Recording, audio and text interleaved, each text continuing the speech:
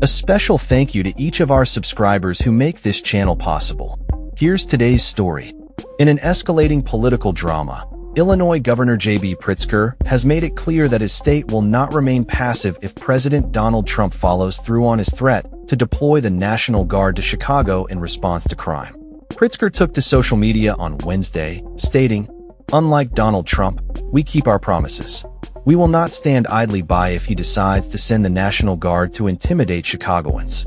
His remarks come amid a heated exchange between the Democratic governor and the former president, as discussions about federal troop deployment to combat crime in the Windy City intensify. Pritzker's comments are part of a broader narrative in which he has accused Trump of trying to manufacture a crisis to distract from his administration's failures. "There is no crime emergency in Chicago," Pritzker asserted last week.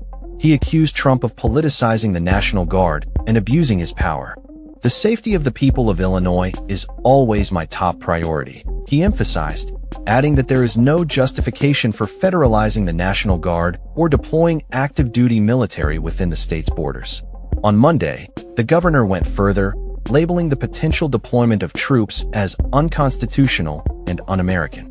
He claimed that Trump's intentions mirror a dangerous power grab, stating, "Donald Trump wants to use the military to occupy a U.S. city, punish its dissidents, and score political points.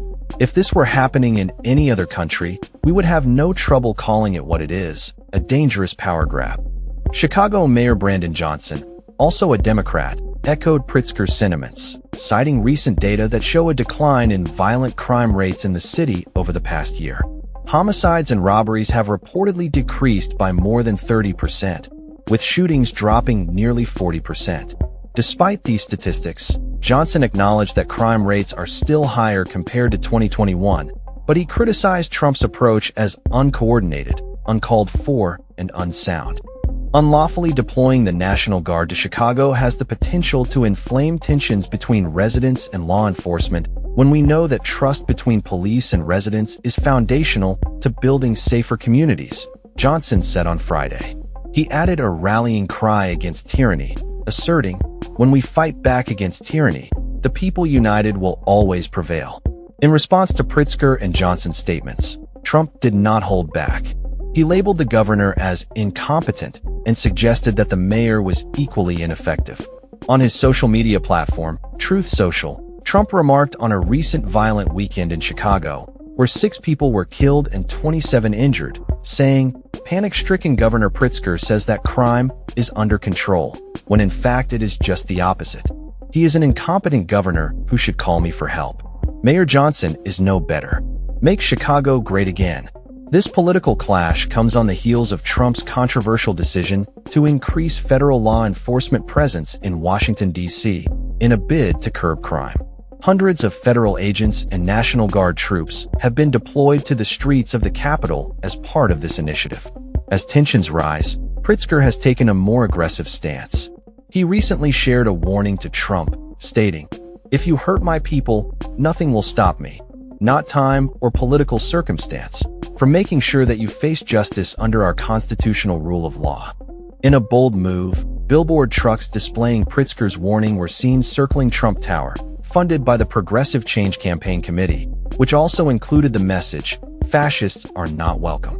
Former President Barack Obama has also weighed in on the situation, expressing concern over the potential deployment of federal forces in Chicago. He stated, "The erosion of basic principles like due process and the expanding use of our military on domestic soil puts the liberties of all Americans at risk and should concern Democrats and Republicans alike." As the situation unfolds, many are left wondering what the future holds for Chicago and its residents.